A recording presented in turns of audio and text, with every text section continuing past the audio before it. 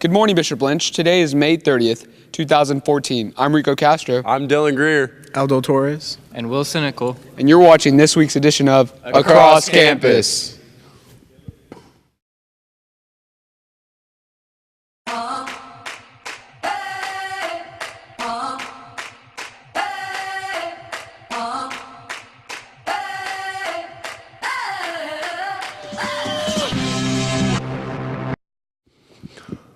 Hey Aldo, do you have any cool cultural traditions? I like to eat tamales on Christmas. It's a pretty good one. I wonder what other cultures the Bishop Lynch community represents. Sophia and Annette have more on this report.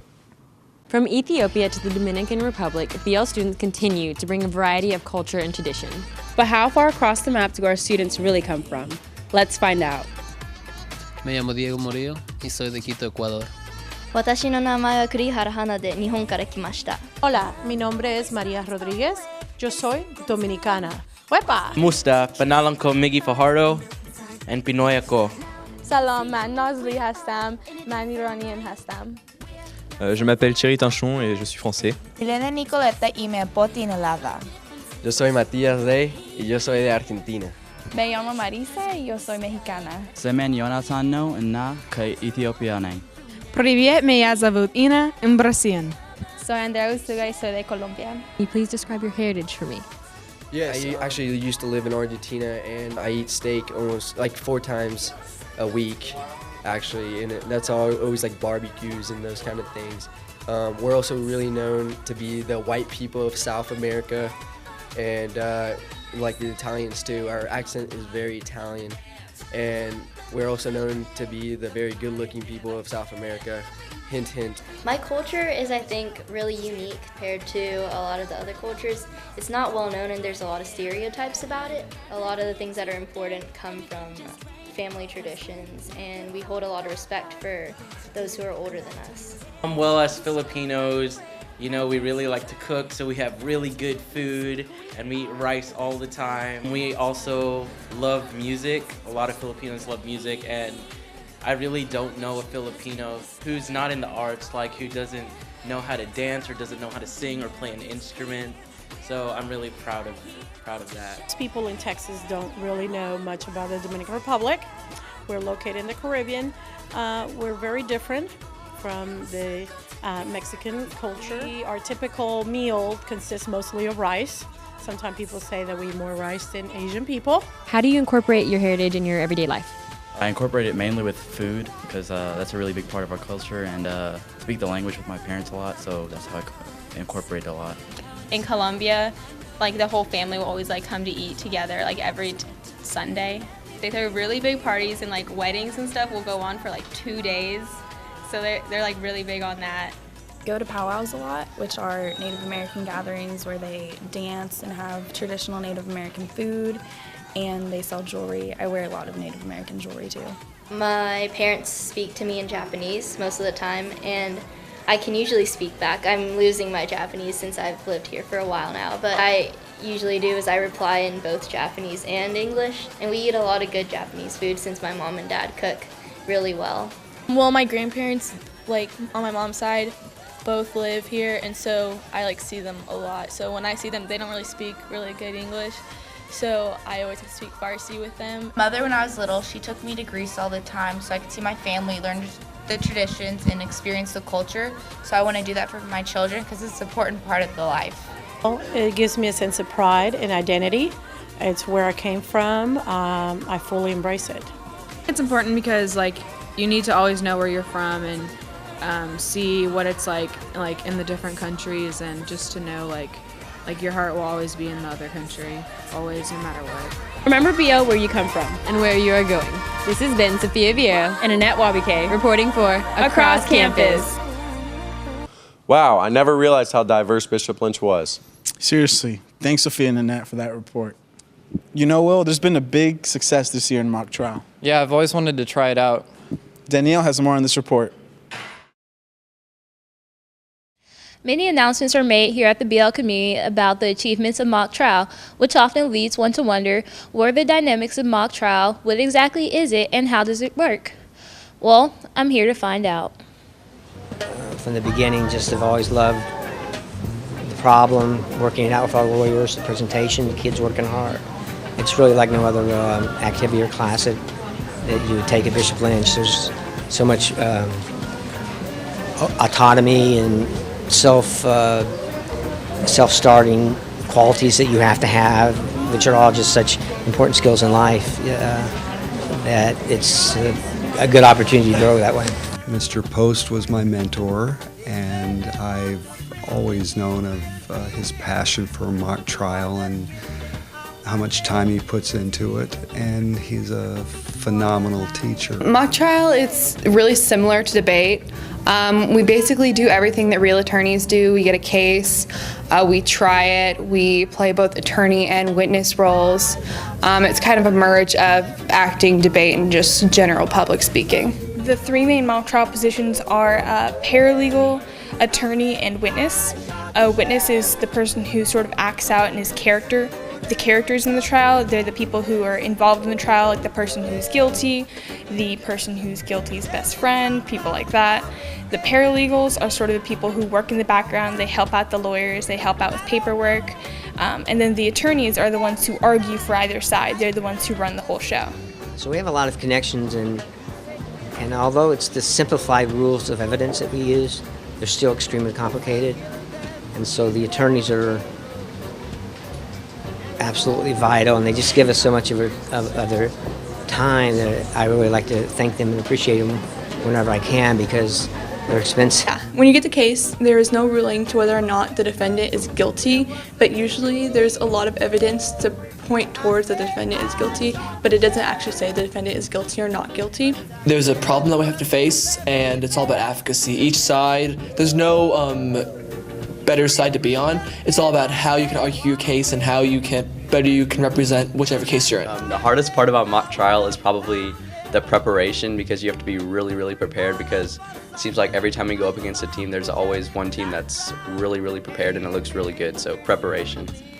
My mock trial experience so far has been great. Last year we went to New York, which was a lot of fun. And next year we're going to go to San Francisco and New York, which should be even more fun. So. The experience I had in New York was actually really fun because I met a team from Ireland, I met a team from England, I met a team from South Korea, and they each give us like little trinkets, and so I have some stuff from different parts of the world that kind of reminds me of like my experience at New York.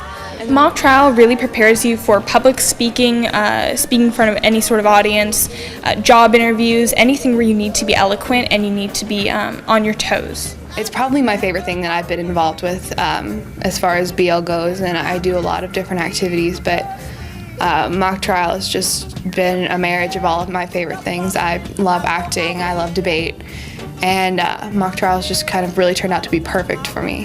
The requirements are there are no requirements. If you're good enough as a freshman to get in, come see me. The reality is that the experience is built on experience, and the longer you've been in mock trial, the better you're going to do. It requires somebody who can really obviously think hard, think quick, maybe even getting beaten up but not showing it, you know what I mean? And being cool under pressure, all the sort of things that I guess translate someone into leadership.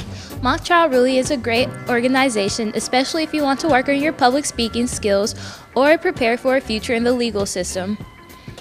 Maybe you'll also want to try out next year. This has been Danielle Rogers reporting for Across Campus.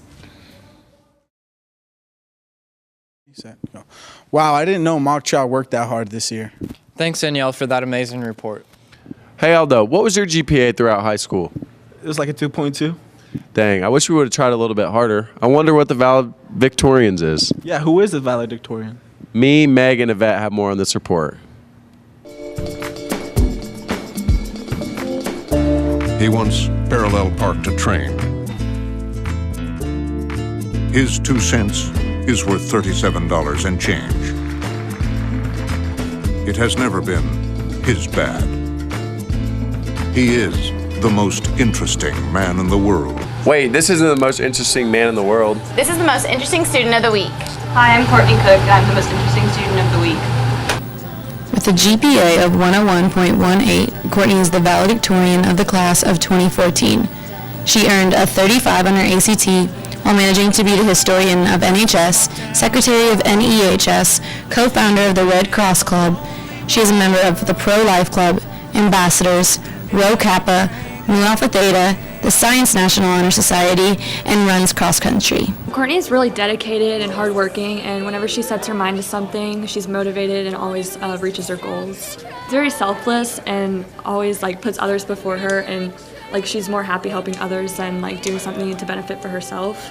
I describe her as quiet and very intelligent and very modest. I think she's very humble and doesn't like to brag on herself, although I want to because I'm her counselor and I just think she's great. Caring person. She is really determined and she's always looking out for other people. She's a really motherly kind of friend. She always has a good sense of judgment, and she's an amazing cook, so she's the one that always kind of brings us all together. She's taught me a lot about BL and how everything works and how to focus and stay dedicated and finish through and do all my classwork and stuff and get things done. Do you know how Courtney manages all of her time? I honestly don't. It's kind of amazing to me, but she has really good time management. I mean, she works. She has she takes all the AP classes, and she ran cross country, so I don't know. What I love about her is that no matter how much stress is placed upon her, she never breaks down, she never complains, she just kind of pushes herself through it. How do you balance all of your activities and your academics?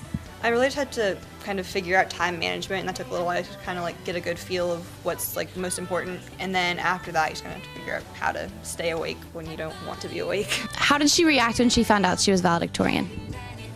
She reacted just like I thought she would. She was, of course, she was kind of quiet. She was very gracious, but I think I might have been a little bit more excited, or if she was excited, she concealed it well. I wanted to jump up and down and scream and hug her, and she actually calmed me down a little bit. We were all really, really proud of her. We know she worked so hard for it, and she's been so dedicated to reaching that goal. What schools did you get accepted to, and which one are you attending? I got accepted to University of Virginia, Baylor, St. Louis University, Auburn, University of Minnesota, Oklahoma State, and University of Notre Dame, which is where I'll be going next year. How did you feel when Courtney decided to go to Notre Dame as well? I was really excited because I knew a week beforehand that I was going to be going there, and I was, of course, already really happy that I had that opportunity, but finding out that my best friend was going to be with me for the next 4 years made it even better. I just see her being successful in whatever career path she chooses. I think she's driven, she's got a lot of integrity and character, and so whatever path she chooses, I know she's going to do well. Congratulations to Courtney for all of her success over the past 4 years. She's an example that hard work and dedication pays off. Good luck at Notre Dame next year. This has been Dylan Greer, Meg Reynolds, and Yvette Munoz reporting for Across Campus. That was a great example for me to use in college. Thank you for that report. Thanks for watching this week's edition of Across Campus. We'll see you next week. Where the news is. Right where you are. Across Campus.